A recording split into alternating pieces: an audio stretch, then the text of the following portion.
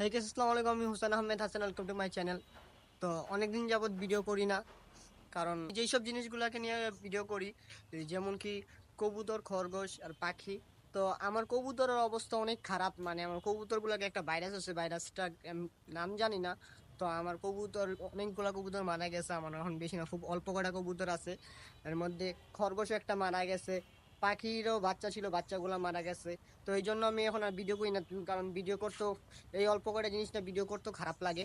তো এই জন্য ভিডিও আমি করতেছি না। তো আজকের ভিডিওতে আমি দেখাবো আমার কি কি কবুতর এখন পর্যন্ত আছে, আর কি কি কি কি পাখি আছে। খরগোশ নাই, খরগোশ দুটোটাই মারা গেছে। তো আমি আমার কবুতরগুলোকে দেখে কোন কোন জোড়া মারা গেছে। যে আমার উপরে কালা জোড়াটা ছিল, কালা কালা কবুতরটা, এই জোড়াটা মারা গেছে। আর এই জোড়াটা অসুস্থ হয়েছিল, তো সুস্থ করছি খুব কষ্ট করে। এই জোড়াটার এটা অসুস্থ হয় নাই, বাট ওর কাছে বাচ্চা ছিল, বাচ্চাগুলো মারা গেছে। এই জোড়ার মাদিটা মারা গেছে, এই জোড়ারও নটটা মারা গেছে।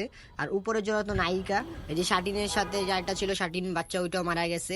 আর উপরের যে লাল একটা কবুতর, এটা আমার এক বন্ধুর, ও আমার কাছে দিছে রাখার জন্য। তো আর এই যে আমার কাকজির জোড়াটা, আমার সবচেয়ে পছন্দের জোড়াটা, এই জোড়াটা মারা গেছে। তো কাকজির দুইটা বাচ্চা ছিল, তো বাচ্চাগুলো আমি এই চুটাল জোড়ার নিচে দিয়ে রাখছি।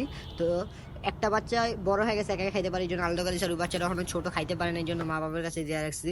তো আমার কবুতর এই অল্প কয়টাই আছে, মানে 8টা না 9টা কবুতর আছে। তো এই অল্প কয়টা কবুতর নিয়ে কি ভিডিও করবে, এই জন্য ভিডিও করি না। আর মন মানসিকতা ভালো নেই, এই জন্য ভিডিও আমি করার টোটালি অফ করে দিছি। আমার কবুতর এই কয়টাই আছে, আর কবুতর নাই। তো আমি কবুতর খুব তাড়াতাড়ি এগুলো সবগুলো কবুতর সেল দিয়ে নতুন করে সেট আপ দিব কবুতরের। তো এটা আমি খুব তাড়াতাড়ি করব। তো কবুতর যে কয়টা আছে আছে, এখন আমি কিছু পাখি দেখাই। তো আমার পাখির আপডেটও খুবই খারাপ, কারণ আমার পাখির এক জোড়া বাচ্চা, এক জোড়া না 3টা বাচ্চা ছিল, ওই যে টিয়া কালার জোড়াটার। তো এই জোড়াটার বাচ্চা সব কিছু সুস্থ সবল ছিল। আর এই হলুদ পাখিটা করছে গিয়ে ফিমেলটা, যে রক্ত রেখে গাছের মুখে, ও করছে গিয়ে, ও এই জায়গায় একটা পাতিলা ছিল, এই পাতিলার ভিতরে ঢুকে 3টা বাচ্চাকে মেরে ফেলছে, মানে মাথাটাকে ঠোকরাইয়া মাথা খেয়ে ফেলছে।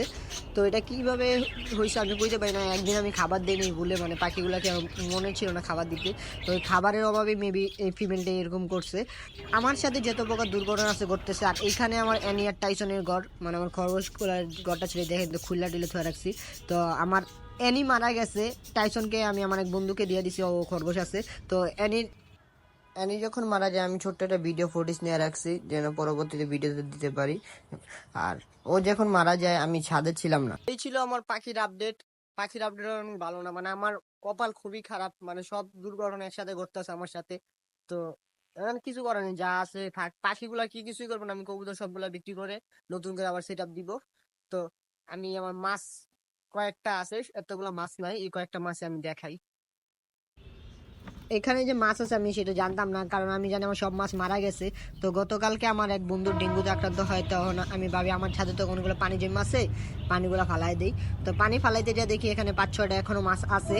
তো এরপর আমি আবার নতুন করে খাবার দিই। এইখানে এই মাছগুলো সম্ভবত বেঁচে আছে, যে ডেঙ্গু মশাই যে ডিম পারে, আপনাদের সবাই জানেন ডেঙ্গু মশাই পানিতে ডিম পারে। তো ওই মাছের ডিমগুলা খেয়ে এখন পর্যন্ত বাচ্চা আছে মেবি। তো আমি আজকে থেকে আবার নতুন করে মাছগুলোর জন্য খাবার আনছি, খাবার এনে খাবার দিতেছি।